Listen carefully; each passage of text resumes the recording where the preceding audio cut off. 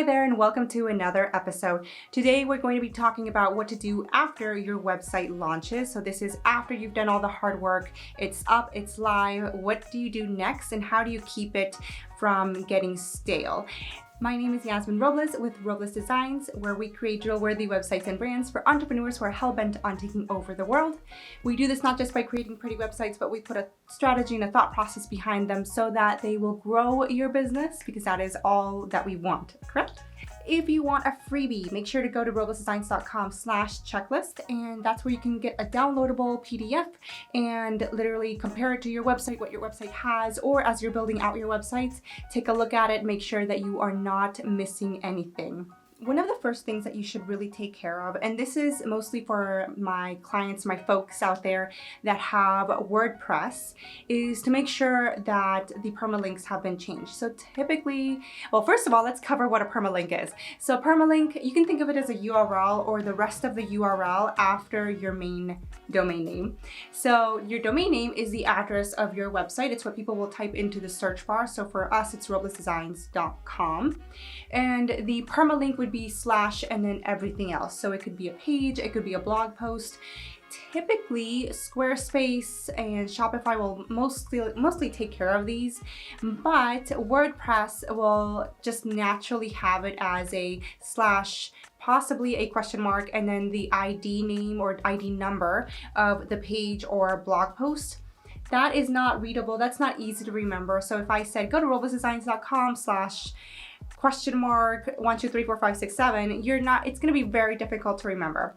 So what you should do is in WordPress or whatever platform you are on, go into the settings. On WordPress, I believe it's settings and then permalinks.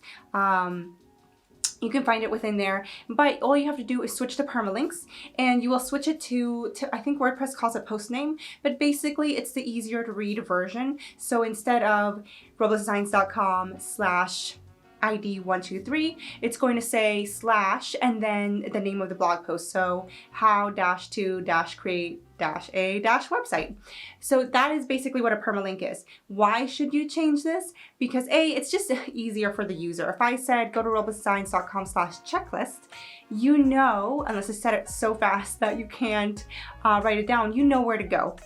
And it's easier to just write down versus an ID number. And it's also more SEO friendly. It's just all around better for you to use the post name, the title of the page name, anything that can boost your rankings. So make sure to go ahead and change the permalinks after, probably before you've launched the site, but now that you do have the site up and running, go ahead and change those.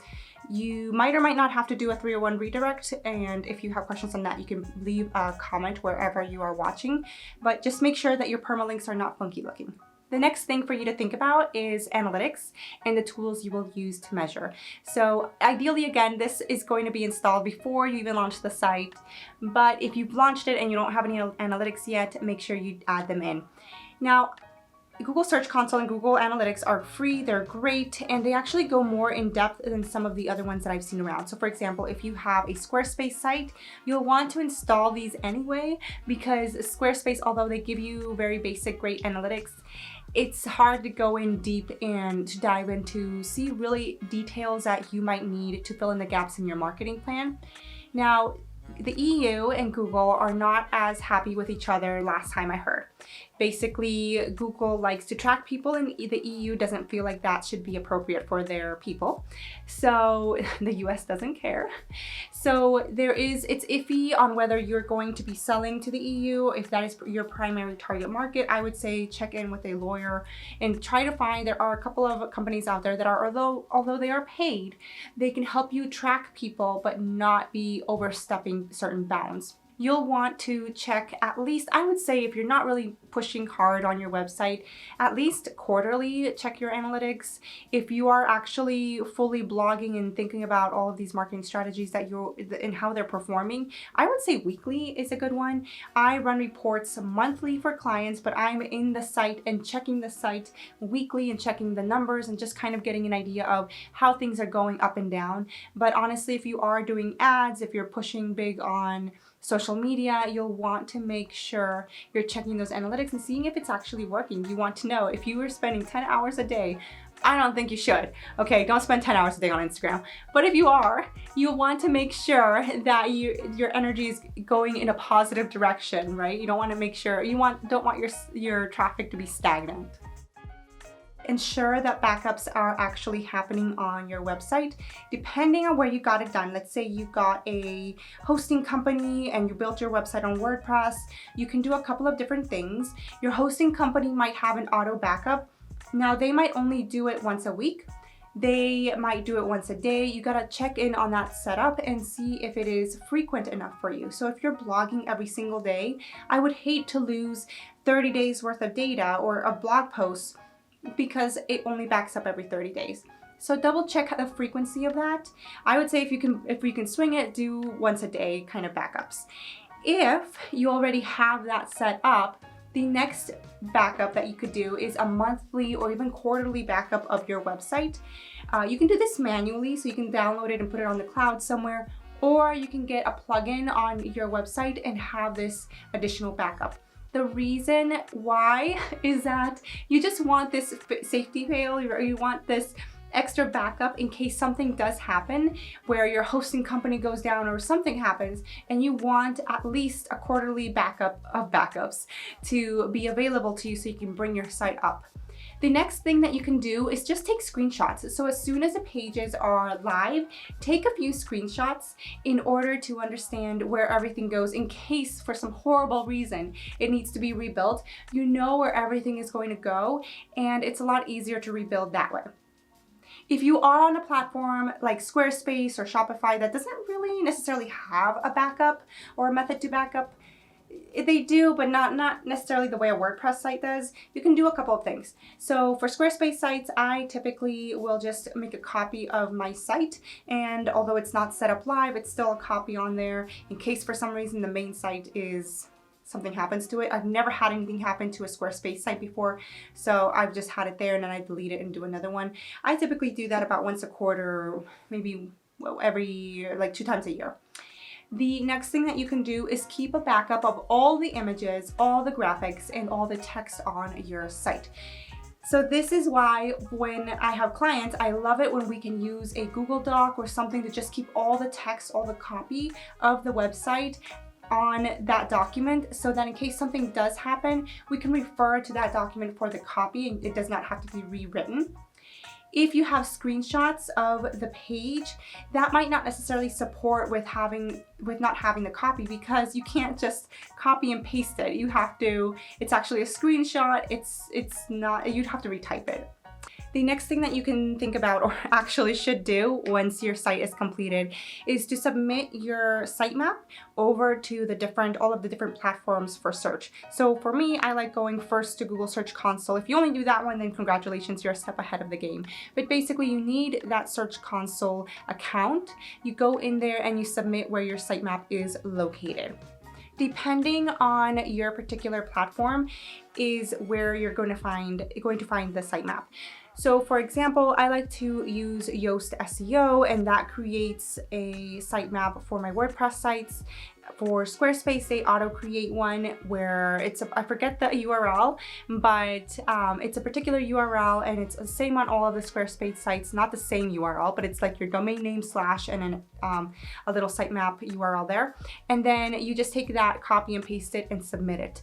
Basically, if you want to think of it this way, it's like sending a postcard to Google and saying, hey, we're live, we're here, come visit us when you can. And it just helps a lot more with getting found faster versus just trying to wait for Google to just happen upon you. So make sure you create and submit a sitemap. If your platform doesn't create one, there are ways that you can create one on your site, but with all of the tech nowadays, it should be as easy as a plugin or it's auto-created for you. So I can't really remember what number I'm on, but I do know that we're going to talk about content and how to keep it fresh. The number one thing you want to keep in mind when thinking about your content is to just go in and revamp it every so often. So if you have a blog, feel free to continue blogging maybe once a week and then dynamically pull some of those blog posts onto your homepage or any other section of your site. Then the rest of your copy gets to be updated. I would say check in on it maybe once a month, once every quarter, and just kind of make sure that it's still accurate, that it's still up to date. So for example, if you have to remove a service, add a service, maybe you don't treat that sort of mental illness anymore. Maybe you do now have added services and you do, for example, we've added hosting onto our services. Just make sure that you are considering all of these changes and that they are being reflected on your site. If you got testimonials, add them to your site. That is one of the best things that you can do. So if you get testimonials from like Google My Business, make sure you're adding them, copy and paste right onto your site, and it's going to look so much better and it's going to look like you're getting fresh content. Next thing is to get featured and get those links back to your website. Without going far too deep into SEO, think about the links that you could get back to your website and just think about making sure that they are reputable from other amazing companies and how qualified they are. For example, if you are a therapist and you can get featured on a blog that talks about mental health and they're a reputable blog, then you can definitely have them link back to your site, and you've been featured, they're linking back to your site, their audience is looking into you, and so that link is a tie from Google searching their site over to your site. And so you're borrowing some of their SEO energy or SEO juice that you want, whatever you want to call it, and Google or whatever bots are seeing that you are legitimate and that you are being featured in different places. The next thing you get to tackle is to create an ongoing maintenance plan for your website. And it's as simple as, well, not as simple as, but just go onto your calendar. If you are a digital person like me, go onto your Google Calendar and create a recurring event. I would say no period more than once a month. I do it for clients and I'm going there twice a week now to make sure everything is updated. So all of my clients, I'm going in, updating everything, or at least checking everything, making sure everything's running properly twice a week. If you do not have the time to be updating your website twice a week, I would say about once a month is totally fine, but don't go longer than that. I've seen sites get hacked. It's not great. It's sad, especially if you're in a certain industry where you need to be on top of your game, which basically should be all industries, but on top of your game, and you are getting a lot of traffic to your site, or patients are coming to your site and booking their sessions with you, you do not want lewd things on your website. You do not want those things popping up. So make sure you're keeping your site updated, because it can create holes when you don't do that, and those are the holes that people use. Bored, annoying people will use, malicious people will go into your site and try to hack in, and I don't know, I think it's just sad that they do that, but it is what it is. One of the last things to think about is to actually capture people's emails once they are on your website. And hopefully you did some strategy and put some thought process into your site before launching it. But if you do not have an email capture yet, I want you to make sure to add it now so that people can get on that list and you can get into the habit of actually sending them valuable emails, and they can get into the habit of hearing from you. So add that to your list, make sure you're capturing people's emails on your website, and then just promote the heck out of your site, promote the heck out of what you're doing, and on social media, and tell people to come to your site. And yeah, that's a quick and dirty list of what to do once you have already launched your website. All right, that is it. Thank you for sticking with me all the way to the end.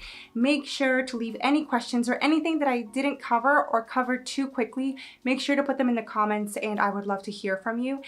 And make sure to check out roblessdesigns.com/checklist and download the free PDF and just compare it to your current site. If you want, you can use it as sort of a roadmap for your site that you are creating if you are new to this. And that way you know that you have everything you need to be successful on your website. And if you are on Instagram, make sure to follow me at Roblox Design Studio, where I try out different reels that my kids tell me are cool and almost make a complete fool of myself, but it's a lot of fun. So make sure to keep in touch there as well. And again, message me if you have any questions or put them in the comments below. I'm more than happy to answer them.